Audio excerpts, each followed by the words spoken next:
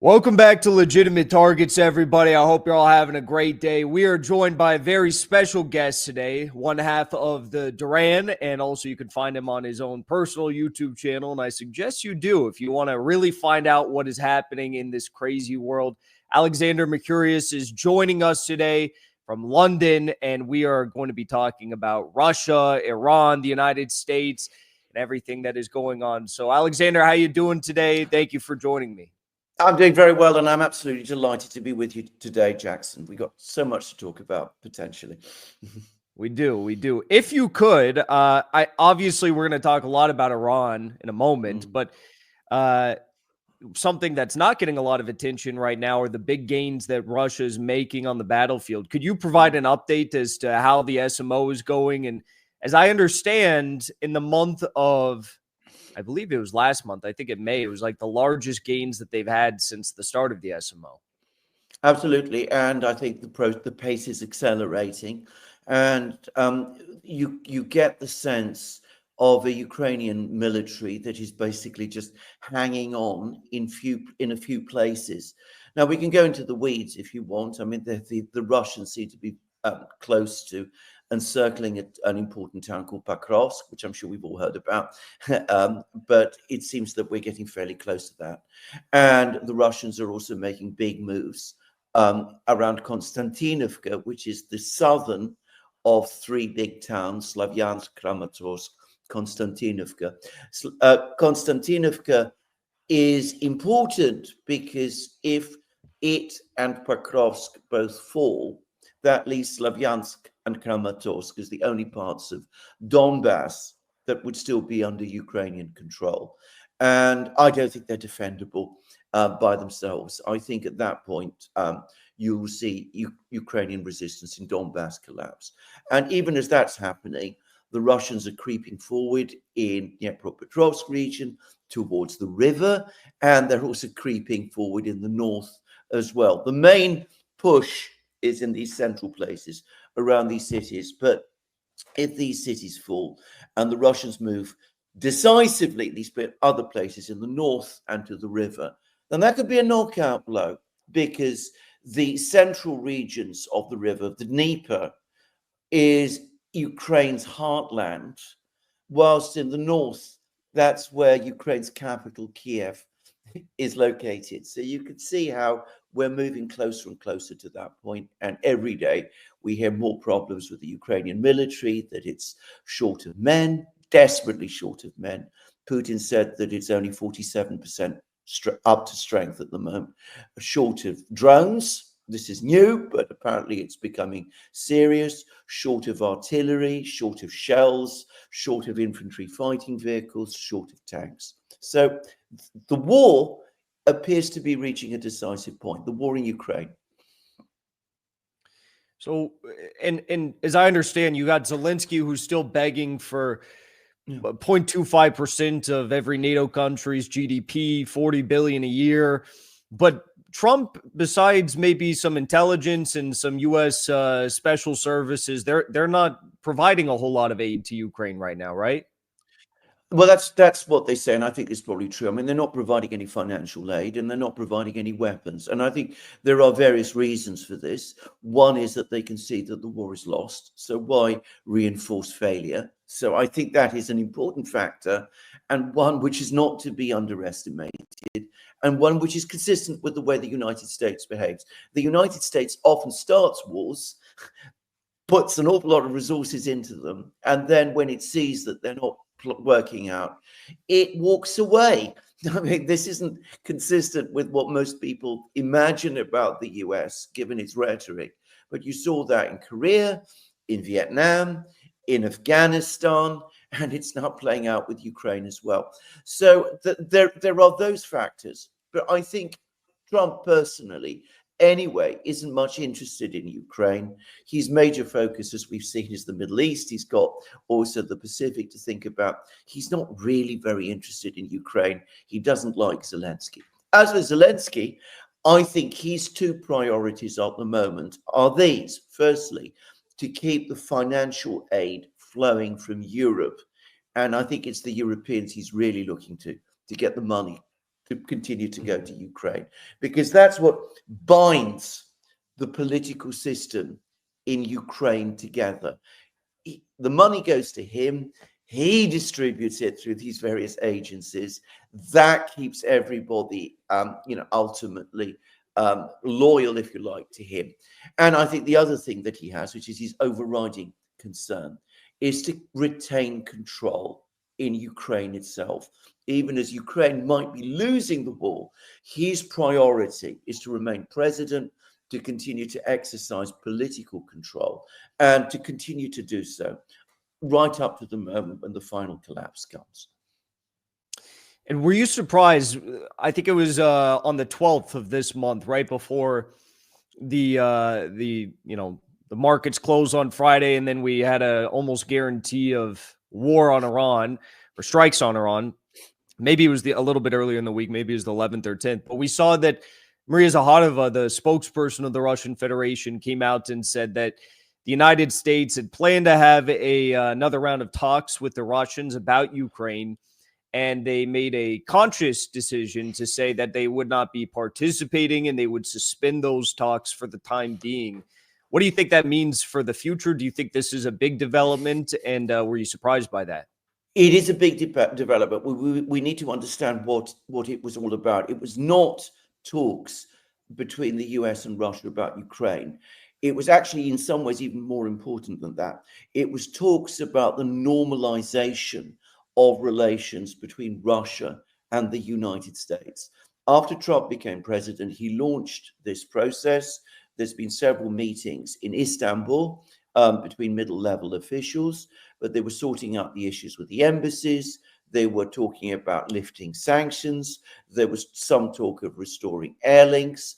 And then suddenly, on the eve of the next meeting, the meeting, which is supposed to take place in Moscow, by the way, suddenly the United States pulled out. Now, it could be connected to the events in the Middle East that, with the United States about to attack Iran, they did not want to send their people to Moscow and to be talking normalization with the Russians and perhaps being exposed to pressure by the Russians. But I think there's probably a bigger agenda here, and that is that we see that over the last couple of weeks, the Trump administration, Trump himself, seems to have shifted decisively back towards the more hardline, hawkish, neocon side of his administration. And given that that is so, they clearly do not want normalization of the relations with Russia. And I think that he wasn't going to quarrel with those people at this time. And it may be that he too has given up on normalization with Russia. I think it's the end of the process. I don't think we're going to see it go any further, because I don't think that the Russians are especially interested in it either at the present time. Mm-hmm. Now moving to the events of yesterday, and now probably moving onward, is going to be the main story that we're going to be looking at. Iran, the strikes on the nuclear facilities. If you could just give me your basic thoughts on, obviously, no one really knows what is going on inside those nuclear facilities right now in Natanz, Isfahan, and Fordow, because as I understand, they haven't sent people inside yet, so we don't know. But just your thoughts on the escalation of this crisis and the decision by the U.S. to intervene. Well, the United States has been in an escalatory cycle towards Iran. They basically gave the green light to Israel to attack Iran. They pretended for several days, or some officials pretended for several days, that this was a unilateral Israeli decision and that the Israelis were acting on their own without the assistance of the United States. No less a person than Donald Trump basically destroyed that myth almost as soon as it was being peddled. And as far as I could see, the real purpose all along was to destroy Iran's leadership and to undermine the government in Iran. That was why they were killing all those senior officials in Iran. They did so as negotiations with Iran to sort out the issues with its nuclear enrichment program were underway, which makes it all completely illegal under international law. and a straightforward act of aggression. I think that's an important point to make, by the way. It's not made enough by enough people, though it is something, obviously, that the Iranians themselves are considering. Anyway, it then became very clear very quickly that Israel couldn't finish this by itself. It could not destroy the enrichment facilities. It doesn't have the means to. It could not. It failed in its attempts to achieve regime change in Iran. So surprise, surprise, having gone up this escalatory escalator, the United States then went up further and joined the attack on Iran. And that's what they did. So they attacked the enrichment facilities. We've then had all of the people who were party to this decision, Vance, Hegseth, and all of those, saying, "Oh no, this is our only attack on Iran. We don't intend to have any more attacks on Iran. We're not planning regime change. Regime change isn't our objective." And again, just as happened previously, Trump comes along and he blows that all to smithereens. He now publishes posts on Truth Social saying, what a wonderful thing it would be if we did actually get regime change in Iran. So as night follows day, we're going to get another American attack. I don't know where it's going to come. I don't know what it's going to target. Khamenei is quite plausibly the person they'll be going for. But that's what this is all about. Nobody should be in any doubt about this. And, there was a very interesting response from the former Russian president, Dmitry Medvedev, who came out yesterday. He put out a 10-point response, I'm sure you saw, which was provocative to say the least. But there were 2 points he put out. He said a number of countries are currently ready to supply Iran with nuclear warheads. And he said the enrichment of nuclear material, and now we can say it outright, the future production of nuclear weapons will continue. Your thoughts on this? Absolutely. I mean, if you look at the Russian statements, they are in an absolute fury about this because they are, and this is a fact people don't realize, Russia has been, throughout its history, its modern history, both as the Soviet Union and then as Russia, the main defender of the non-proliferation regime. They have always been strongly opposed to any expansion or delivery of nuclear weapons. The Soviet Union never provided nuclear weapons technology to any country. The United States did. The United States helped Britain to develop its nuclear forces. It looked the other way as Israel and South Africa did. It's had a bad history here. The Soviets and then the Russians have always opposed the proliferation of nuclear weapons.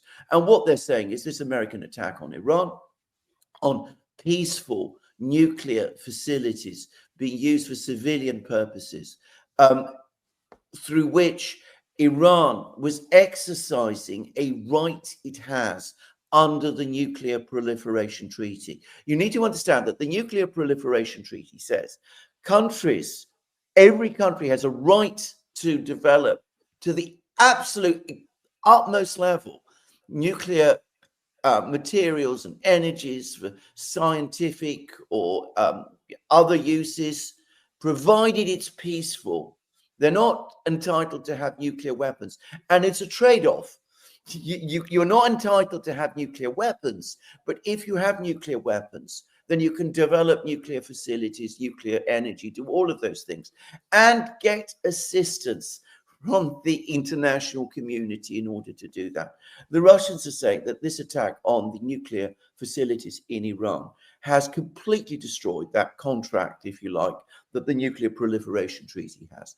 Iran was doing nothing that violated the terms of the Nuclear Non-Proliferation Treaty. So it has demolished the central principle of the Nuclear Non-Proliferation Treaty. It has discredited the International Atomic Energy Agency, which is the enforcement arm of the Nuclear Non-Proliferation Treaty. It now means that nobody will trust them because they were not only colluding in this attack, but they were even providing pretextual grounds for the Americans to launch this attack, and perhaps intelligence assistance to help the Americans carry out this attack. And the result is that nuclear weapons are now much more likely to be developed by Iran and by other countries. And here I should say, I had some information this morning from somebody who says he has contacts in Russia. I don't know to what extent he does, because I get this information from all sorts of people. But in the past, he's told me things that have turned out to be true. And he has provided the gloss on what Medvedev said. And he says that North Korea is now contacting Iran and telling Iran that they can have nuclear weapons. North Korea will provide them in return for oil. So there we are. I've heard the same thing. Yeah. Not from the same person, I don't think, but I've heard the same exact thing, that North Korea is the one that made the offer. Yeah. Another interesting development here is that Maria Zakharova, again, foreign ministry spokeswoman, came out this morning, and it signals a very, not just big deviation from previous official policy towards nuclear Iran, but also towards the United States. Again, kind of another big chip in the block. She came out and said that she unloaded on Vance, who JD Vance said Russia and China don't want Iran to have nuclear weapons. And she said, anyone speaking on behalf of our two countries better start with not supplying Kiev terrorist regime with deadly missiles and not militarizing Taiwan. How do you think this attack is going to, in war, really, it's not just going to be an attack, is going to impact relations with the United States moving forward? Well, it shows how absolutely furious about this attack the Russians are. I think we need to have some backstory here, because the Russians were involved in the nuclear diplomacy with Iran. There is no secret about this. Trump and Putin have talked about it. It's there on Trump's own Truth Social posts. It's there on Russian readouts.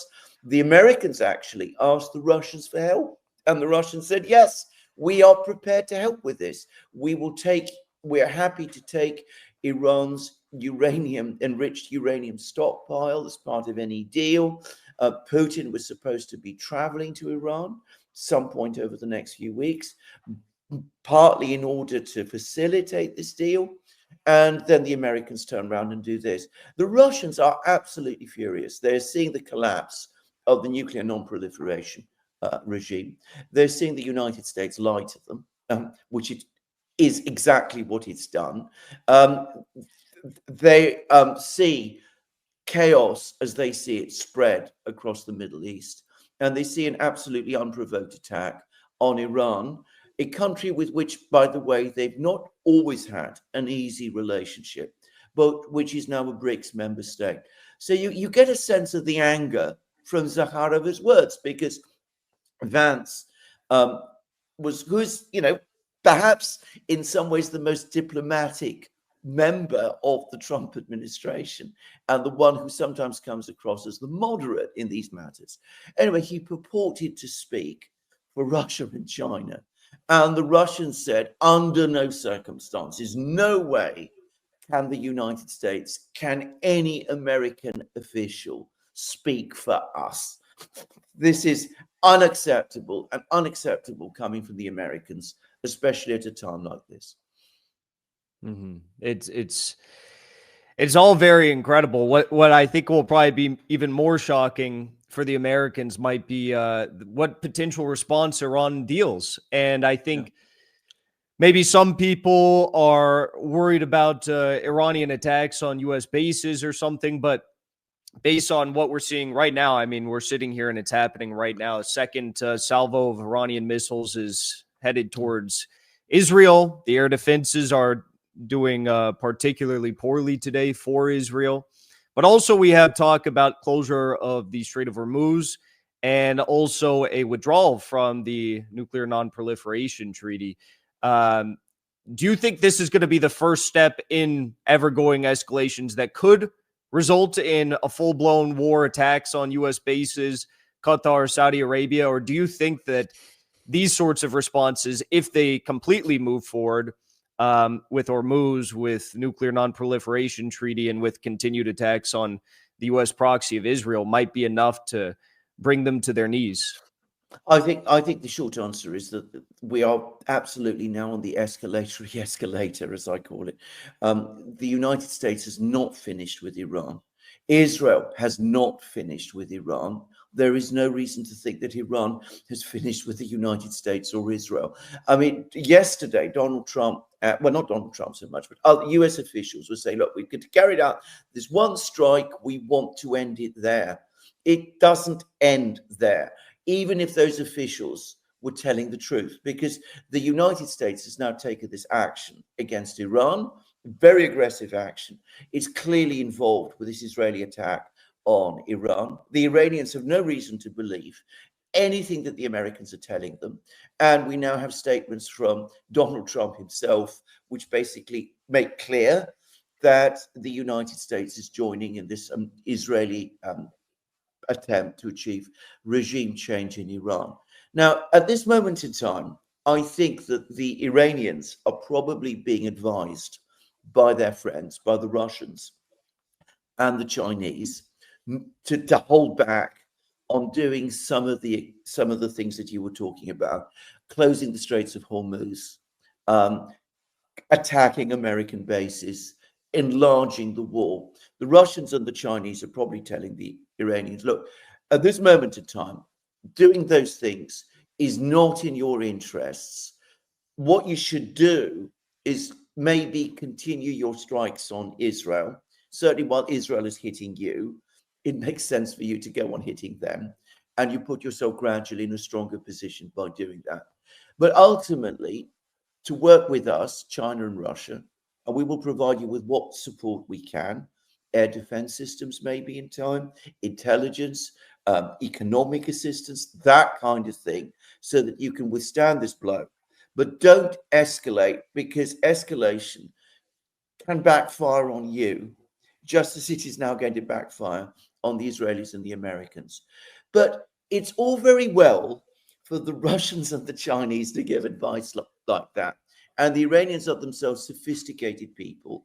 And I think some people in Iran, perhaps the leadership in Iran, will want for the moment to follow that advice.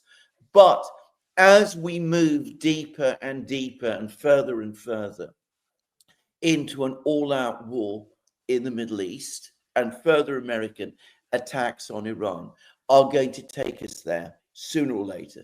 Well, how can you expect, if one side is showing no restraint, the other to do so?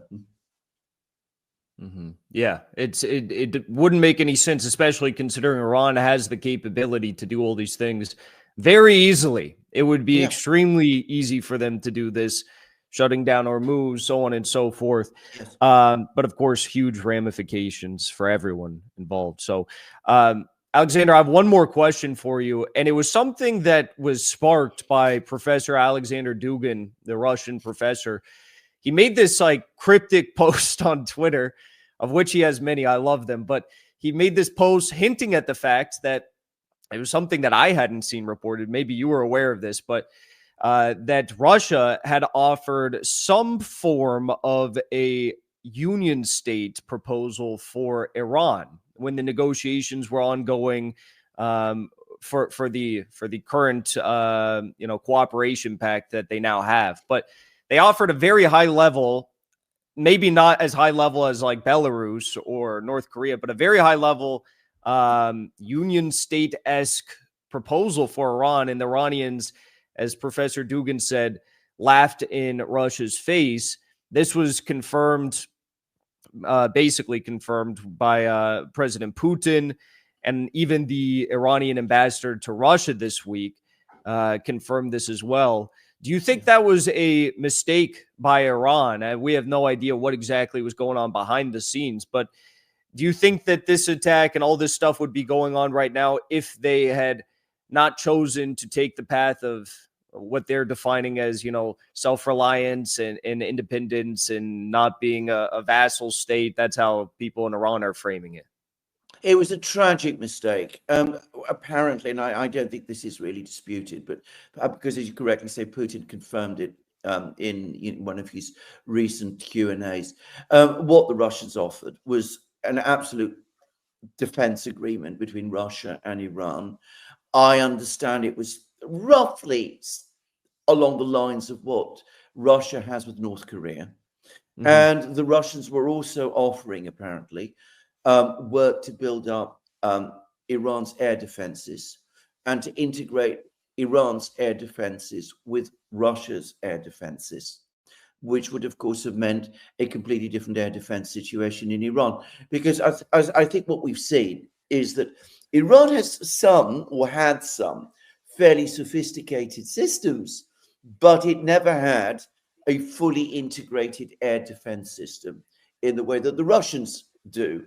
And that has made all the difference, because the very fragmented Iranian air defense system has not been able to hold together in the face of all of these blows. So Iran rejected this proposal, and Putin made that absolutely clear, that they said no.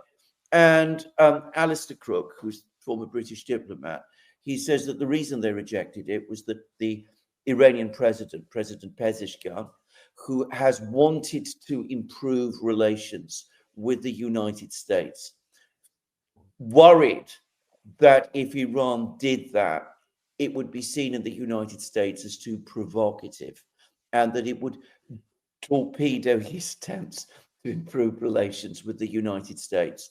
Apparently, even Pezeshkian now realizes that that was shockingly naive. And I think shockingly is the operative word. I mean, how Pezeshkian could ever have believed that such a thing was ever going to, that he was ever going to improve relations with the Americans. I mean, it seems unreal. But anyway, it was shockingly naive, and that Iran absolutely should have accepted that Russian proposal. When the Iranian foreign minister, Mr. Abbas Araghchi, meets with Putin, I would not be surprised if the Russians said to the Iranians, look, this is your mistake. You've made this disastrous mistake, and now you've got to rethink this and start working with us. Forget about nuclear weapons from North Korea, which can only get you into more trouble. Go with us. We can help. This stuff takes years to do. It does. Like to integrate air defense systems, all this stuff, it takes years. Yes, it does take years. And it would also require a major presence by Russia in Iran, Russian technicians, Russian people, and all of this. And, one wonders how Israel and the United States would respond to all of that. But, well, it's probably still the best thing that Iran can get. If it can get a defense agreement with the Russians, it would make much more sense, it seems to me, than anything else at the moment.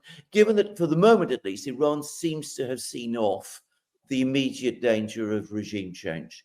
So we're probably in a long war. And over the course of a long war, the dynamics can change. The Russians can start to do things. The Chinese can start to do things. It's probably the better course than going ahead, at least I think it is, than going ahead and trying to import nuclear weapons from North Korea, which would just escalate the situation to disastrous levels and might provoke an Israeli response. We both know that Israel is perfectly capable of using nuclear weapons if it senses that something like this was happening. So, I mean, that seems to me the best of the bad options that Iran has in terms of its long-term prospects. In the meantime, what I suspect the Russians will say is, you do need to get a ceasefire. The way to get a ceasefire without making unacceptable concessions is to go on doing what you're doing with Israel. The Israelis have only a limited number of air defense interceptors. The Americans have only a limited number of air defense interceptors. If you just stick to your current course, the balance of advantage will turn into your favor, and then you can get a ceasefire on your terms. Mm-hmm. Well, I think that's a perfect note to wrap up on. Alexander Mercurius, thank you so much for joining me today. Everyone, I'm sure already knows, but your YouTube channel, The Duran, and then you have your own personal YouTube channel, Alexander Mercurius, and then we also have your Twitter now for The Duran. Is there anywhere else people should follow along with you? I think you've named the best places. I mean, certainly my channel, my own personal channel, The Duran, and of course Twitter. Okay, very good. Thank you so much for joining me today.